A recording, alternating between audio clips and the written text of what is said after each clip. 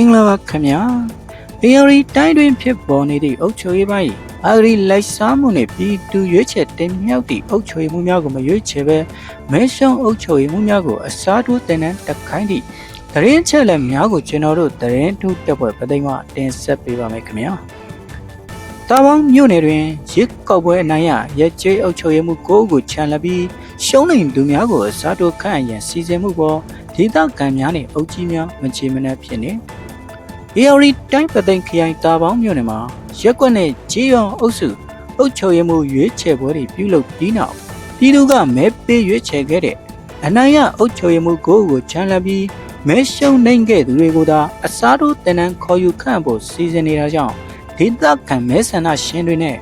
အနိုင်ရအုပ်ချုပ်ရေးမှုတွေအကြားမကြေမနပ်မှုတွေပြင်းထန်နေတယ်လို့သိရပါတယ်။တာပေါင်းမြို့နယ်အတွင်းက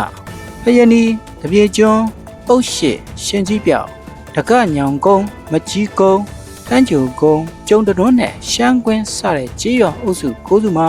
ပြည်သူတွေကစနစ်တကျမဲပေးရွေးချယ်ခဲ့တဲ့အနိုင်ရအုပ်ချုပ်ရေးမှုတွေကိုတင်နန်းခေါ်ယူခြင်းမရှိခဲ့ပါဘူးမြို့နယ်စီမံအုပ်ချုပ်ရေးဖွဲ့ကမဲရှုံနေတဲ့သူတွေကိုသာအစားထိုးတင်နန်းတက်ခိုင်းပြီးခရိုင်အဆင့်စီအမည်စင်းပေးပို့မှုတွေပြုလုပ်နေတယ်လို့ဒေသခံတွေကပြောပါတယ်ထွေထွေအုပ်ချုပ်ရေးဦးစီးဌာနဝန်ထမ်းတွေရဲ့အဆိုအရမြို့နယ်စီမံအုပ်ချုပ်ရေးအဖွဲ့ကတာဝန်ရှိသူတို့ဖြစ်တဲ့မင်းအေရတိုက်ဟာရွေးကောက်ပွဲရလဒ်တွေကိုဖြန့်ညက်ကလုပ်က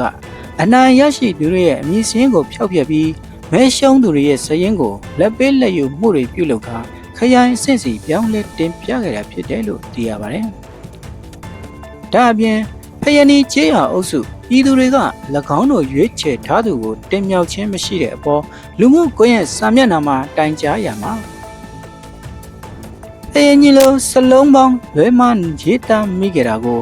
အခွင့်ကောင်းယူပြီးတာပေါင်းမြို့နယ်အုပ်ချုပ်ရေး page ကနေဖယနီကျေးရွာမရှိပါဘူးလို့ပြောင်းလဲရေးသားခဲ့တယ်လို့လည်းဒေသခံတွေကဆိုပါတယ်။ယခုလိုမြို့နယ်အစ်စ်မှာမတရားပြုလုပ်မှုတွေအပေါ်ခရိုင်နဲ့တိုင်းဆင့်ဆင့်ရှိတာတာဝန်ရှိသူတွေအနေနဲ့လက်စားမှုတွေမှာပတ်သက်မှုရှိမရှိကိုလည်းဒေသခံတွေကမေးခွန်းထုတ်နေကြပါတယ်။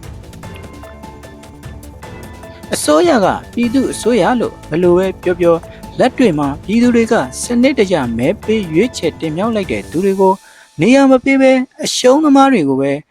အတင်းခတ်ဖို့လုပ်နေတာကတော့စိတ်ပြတ်ဖို့ကောင်းပါတယ်။လက်ရှိအချိန်မှာတော့အဆိုပါရွေးကောက်ပွဲအနိုင်ရရဲကျေးအုပ်ချုပ်ရေးမှု9ဦးနဲ့ဒေသခံပြည်သူတွေဟာမြို့နယ်စီမံအုပ်ချုပ်ရေးအဖွဲ့ရဲ့မမကန်လက်စားလှုပ်ဆောင်မှုတွေပေါ်လုံးဝကျဉ်းနှံ့မှုမရှိဘဲဖြစ်နေကြတယ်လို့သိရပါတယ်ခင်ဗျာ။ ARI တိုင်းတွင်မှာဖြစ်ပေါ်နေတဲ့သတင်းချက်လက်များကျွန်တော်တို့သတင်းထူးတက်ပွဲပသိမ်မှာအချိန်နဲ့တပြေးညီဆက်လက်တင်ပြပေးတော့ပါမယ်ခင်ဗျာ။